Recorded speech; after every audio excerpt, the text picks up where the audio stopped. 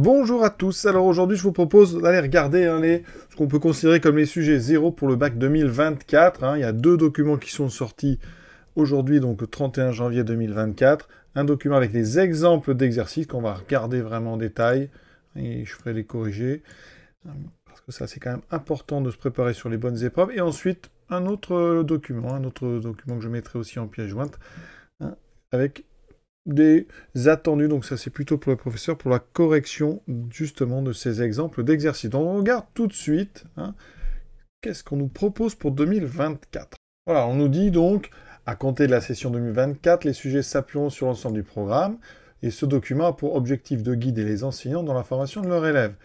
Et ça présente 8 exemples d'exercices dans lesquels figurent des contenus, des capacités susceptibles d'être évaluées lors de l'épreuve du bac. Voilà.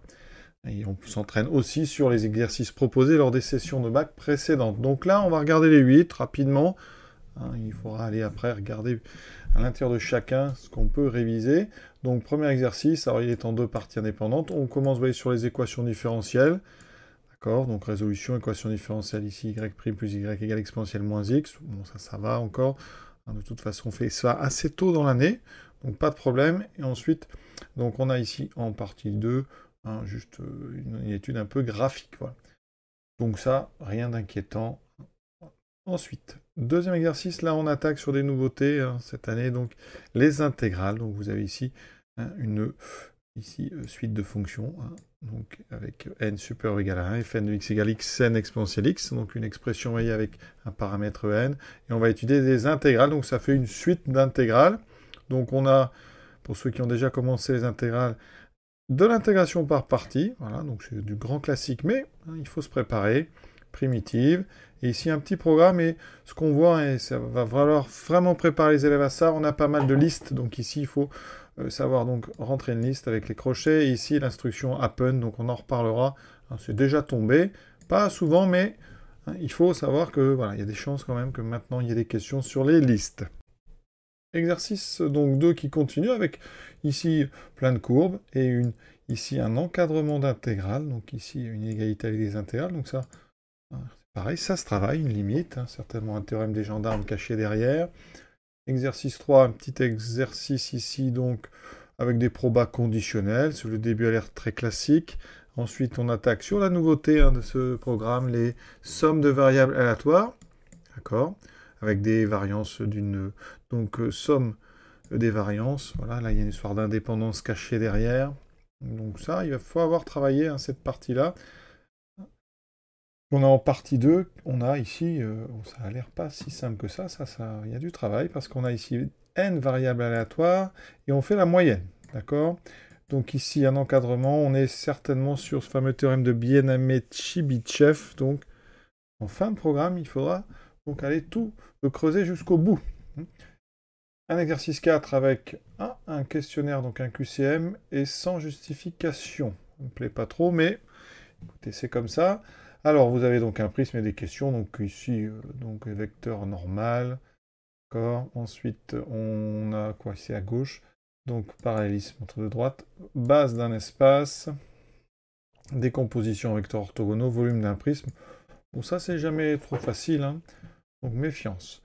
Un exercice 5, on nous propose aussi un QCM avec, pareil, aucune justification. On a ici plutôt un début donc avec des fonctions trigonométriques, donc il va falloir aller creuser ça. Oui, et pareil, x plus sinus x, concavité. Ensuite, on a du dénombrement avec ici des boules dans une urne, donc ça c'est les combinaisons. Ici, des lancers, donc certainement une loi binomiale. Ou pas, je n'ai pas encore vraiment regardé tout ça. Et ici, donc, voilà, ici on a du 1,5 puissance n. Donc là, il y a un petit peu de travail quand même là derrière. En exercice 6, on a... Alors là, c'est un vrai ou faux, donc des affirmations. Et ici, les vrais ou faux, moi je préfère parce que ça doit être justifié. C'est intéressant de voir comment l'élève justifie les choses, parfois sont évidentes ou difficiles. Donc il y a un travail, effectivement, ici, à faire. Donc c'est sur les suites. C'est pas les vrais ou faux les plus simples en général pour les élèves. Exercice numéro 7, une étude de fonctions à paramètres. C'est pas une suite, mais un paramètre K ici réel. Et ça, strictement positif. Donc dérivé, tableau de variation, nous donne plusieurs courbes. Je pense qu'on étudie ici la suite des points qui sont les sommets, hein, les points les plus bas de la courbe. Voilà. Alignement des points. Et un dernier exercice, là on est sur donc encore un vrai ou faux, oui c'est ça, 3 affirmations. On a une suite ici, alors une suite simple arithmético-géométrique, et un programme en Python, et encore une liste, donc ici avec des crochets, et ici l'instruction happen, donc il va falloir la comprendre, c'est très simple, mais il faut l'avoir vu, voilà. Et on a 2 questions sur les suites, donc globalement, rien de surprenant, mais on va quand même, si on regarde bien, creuser jusqu'au bout, hein, ici, des sommes de variables aléatoires.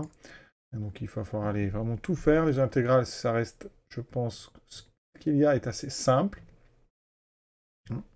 Et bon, c'est un exemple, donc ça pourrait être plus compliqué. Il y a les équadifs, hein, et on a quand même du dénombrement. Il y a tout. Voilà. On va un petit peu partout et on a donc peut-être un vrai ou faux, peut-être un QCM avec non-justification. Ça, on a encore du suspense sur cette chose-là. Maintenant, les attendus, qu'est-ce qu'on vous propose?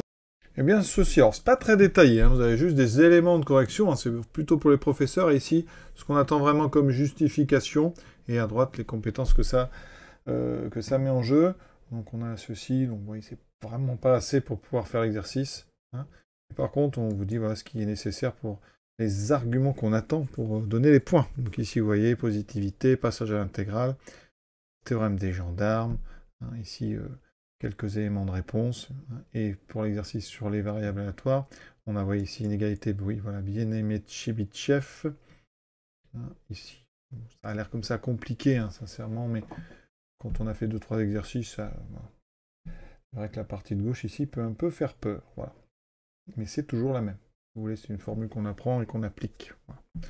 Et après, vous avez juste les éléments, hein, les réponses au QCM, donc ça, c'est pas très intéressant. Et quand il y a des affirmations, voilà ce qu'on attend.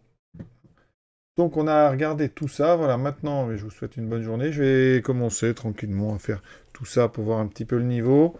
Ça reste quand même globalement voilà, raisonnable, peut-être à part la partie sur les verbes aléatoires qui peut faire peur. Voilà.